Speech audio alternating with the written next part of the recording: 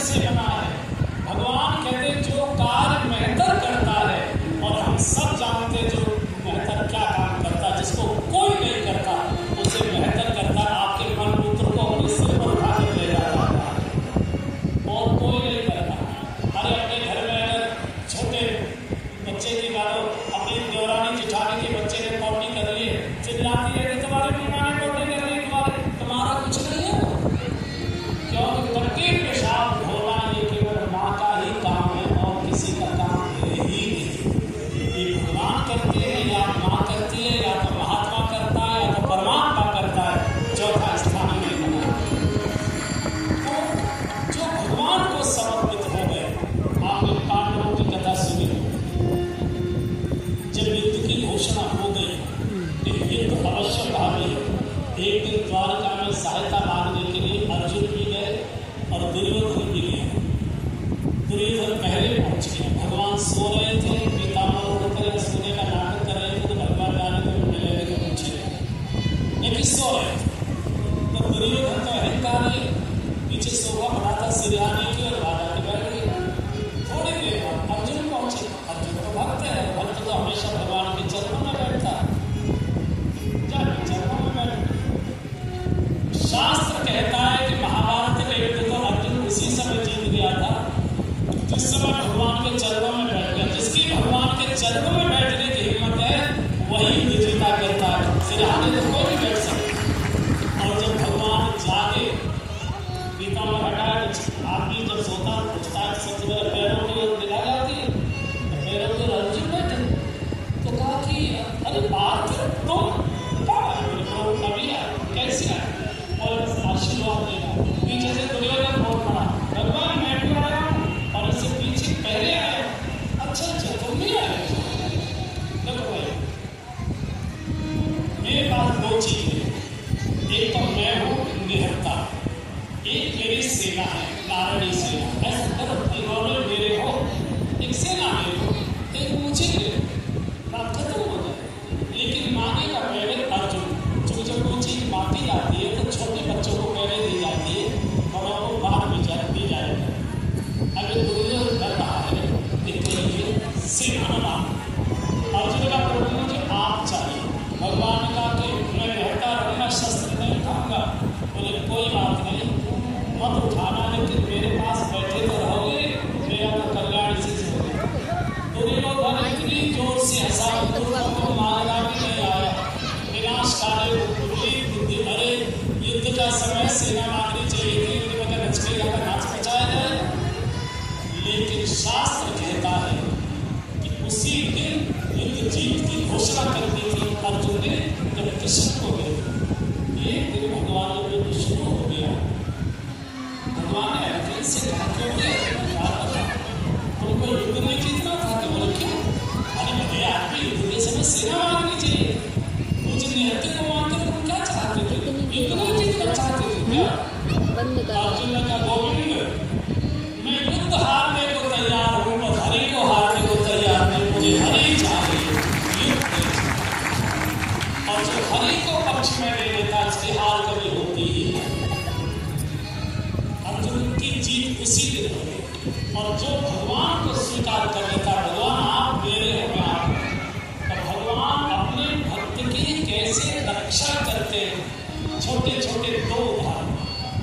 महाभारत का युद्ध अंतिम चरण में पहुंच गया, तो दुर्योधन ने जाकर और उसको कहा, भीष्म पितामह कि दादा आप जो है आधे मन से युद्ध कर रहे। बोले कैसे?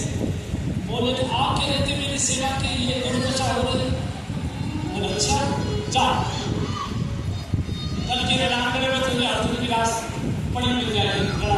अब भीष्म की प्रतिज्ञा चंद्र करे, सूरज चले, लगे जगत में बाहर, भीष्म प्रतिज्ञा तो कर नहीं सकते। पूरे कौरव में जब आड़े बज गए, पांडवों में शोक छा गया, दीपक बुझा दिए, मशालें बुझा दी, भोजनालय बंद कर दिए। अर्जुन ही नहीं रहेगा तो महाभारत का अर्थ क्या? सब शोक, सब शोक।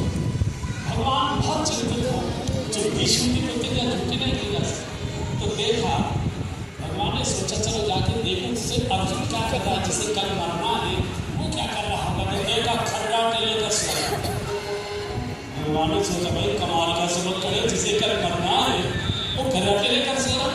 भगवान ने कहा ए बात अरे गोविंद अगर सोई ना बोले तुझे सोने की पड़े है, भीष्म पितामह की प्रतिज्ञा से बोले तो कह रहे आ रहे थे क्यों जगाते आ रहे, बोले तुझे सुना के नहीं सुना तुझे मालूम नहीं भीष्म प्रतिज्ञा झूठी नहीं हो सकती, बोला है मालूम है चंद्र जगह सूरज तरह तरह जगत में रहा उनकी प्रतिज्ञा झूठी नहीं होती, तो तुझे ये भी मालूम कल तेरी मौत होने वाली है, मुझे ये भी मालूम। तो भगवान ने कहा भले आदमी जब तुझे ये मालूम है कि कल तेरी मौत होने वाली है, इसके बाद भी तो निश्चित होकर सो रहा है, मुझे नहीं पसीना से लथपथ होगा कह रहा है। अर्जुन बैठ कर अर्जुन ने भगवान के दोनों चरण पकड़ और कहा ये प्रश्न आप मुझसे कर रहे हो कि तू सो कैसे रहे, तुझे नींद कैसे आ रही? अरे जब मुझे ये मालूम है कि मुझे बचाने वाला बेचैन होकर जाग रहा है, मुझे जागने की जरूरत क्या है, चैन से सो गए सुख तुलसी भरोसे सीता काहू के बल भजन और काहू के आचार प्यास भरोसे कुंवर के भैया सोवत पाप पसार। आपने छोटे बच्चे को सोते देखा तो बच्चा सीधा सोता, हाथ भी फैला देता है, पैर भी फैला देता है, कर्जा बाप के ऊपर वो जाए मुझे तो खिलौने चाहिए, मुझे तो मिठाई चाहिए। भक्त भगवान के भरोसे पैर फैलाकर सोता। दूसरी घटना सुन लीजिए, जब पूरी कौरवी सेना समाप्त हो गई, दुर्योधन अकेला बचा, भीष्म दादा के पास पहुंचा, दादा मुझे बचा दो, मैं मरना नहीं चाहता, मुझे बचा दो। बोलो ठीक, कल सायंकाल संध्या के समय अपनी पत्नी को भेजना, मुझे प्रणाम करेगी, मैं उसे सौभाग्यवती का आशीर्वाद दे दूंगा, 1000 अर्जुन तेरा कुछ बिगाड़ दूंगा। ये समाचार किसी प्रकार भगवान कृष्ण के पास पहुंचेगा कि कल भीष्म दादा दुर्योधन की पत्नी को सौभाग्यवती का आशीर्वाद देने वाले हैं। अगर उसका आशीर्वाद हो गया तो 1000 अर्जुन भी कुछ नहीं बिगाड़ पाएंगे उसका। कृष्ण अगले दिन सायंकाल के समय द्रौपदी के पास पहुंचे। द्रौपदी जल्दी चल, कहाँ चल रहा है? भीष्म दादा के शिविर में चला। क्यों? बोले उन्होंने दुर्योधन की पत्नी को सौभाग्यवती होने का आशीर्वाद की घोषणा की, वो पहले आशीर्वाद लेके द्रौपदी में तेरे खुले केस ले करवा सकते, तो ये चलना पड़ेगा। केस का दुश्मन का शिविर है और इसकी चिंता तू छोड़। और वो पहले पहुंच गई तो बोले नहीं, लोग पहले उनकी कार कर जाएगी, देर करेगी, इसकी जरूरत है जल्द चल। और भगवान ये खतरा उठाकर द्रौपदी को ले आए शत्रु के शिविर। भीष्म दादा बैठे थे कुटिया के अंदर, संध्या अंतिम चरण में थी। द्रौपदी का अंदर प्रवेश कर दिया, सैंडल बाहर उतार दी द्रौपदी ने। भगवान ने सोचा कि अगर कोई इसी समय कौरव आ गया, द्रौपदी के सैंडल पहचान लिए तो भी बवंडर हो जाएगा, और मुझे भी देख लिया तो भी बवंडर। तो भगवान ने द्रौपदी के सैंडल पीताम्बर में लपेटे और एक बड़ा पीपल का पेड़ था कुरुक्षेत्र के मैदान में, बहुत वर्षों तक रहा, शायद अभी भी हो, उसकी आड़ में जाकर छुप गए। भगवान का 5 बार जब प्रणाम कर लो तब परिचय देगा। ये अंदर प्रवेश करके भीष्म बैठे थे नेत्रबंध की, और जैसे ही भीष्म ने ओम शांति शांति 30 बार शाही बोले थे, द्रौपदी ने माथा टेका, दादा श्री चरण में प्रणाम करती हूँ। दादा ने सोचा दुर्योधन की पत्नी आई होगी, आशीर्वाद हाथ उठाकर बेटी सौभाग्यवती भव। इसने दूसरी बार माथा टेका, दादा श्री चरण में प्रणाम करता है, सौभाग्यवती हो। इसने तीसरी बार माथा टेका, दादा श्री चरण में प्रणाम, अरे भाई कितना बुलाओगी, सौभाग्यवती हो। चौथी बार का दादा श्री अरे भाई कितना सौभाग्यवती। इसने 5वीं बार का दादा श्री चरण में प्रणाम कर सौभाग्य ही शब्द बोल पाए थे। भीष्म का माथा ठंडा, भीष्म को चक्कर आ गया कि दुर्योधन की पत्नी तो इतनी अहंकार नहीं है, वो तो एक बार भी मुश्किल से करती है, 5 बार करने वाला कौन आ गया? वो ना हो ये 5 बार हो सके। अभी नेत्र नहीं खोले, बंद नेत्र से मुझे बेटी परिचय बताओ, कौन हो? हाथ जोड़कर माथा धरती पर टेक कर, दादा आपकी कुल वधू द्रौपदी आपके चरणों में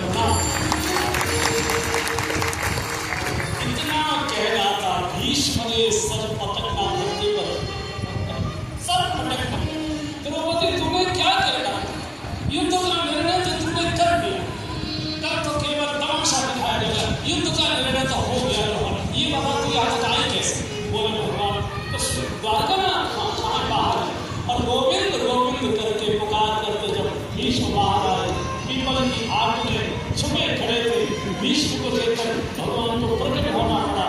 और जैसे ही प्रभु को देखा भीष्म दादा ने साष्टांग प्रणाम भगवान के चरणों में किया और भगवान ने अपने दोनों हाथ बढ़ाकर भीष्म के कंधे पकड़कर उठाने की कोशिश की तो द्रौपदी के जो सैन्य बगल में लगे थे पीताम्बर में उस भीष्म के सिर पर जाकर और कंस सैन्य को सिर पर रखकर भीष्म इतना रोए।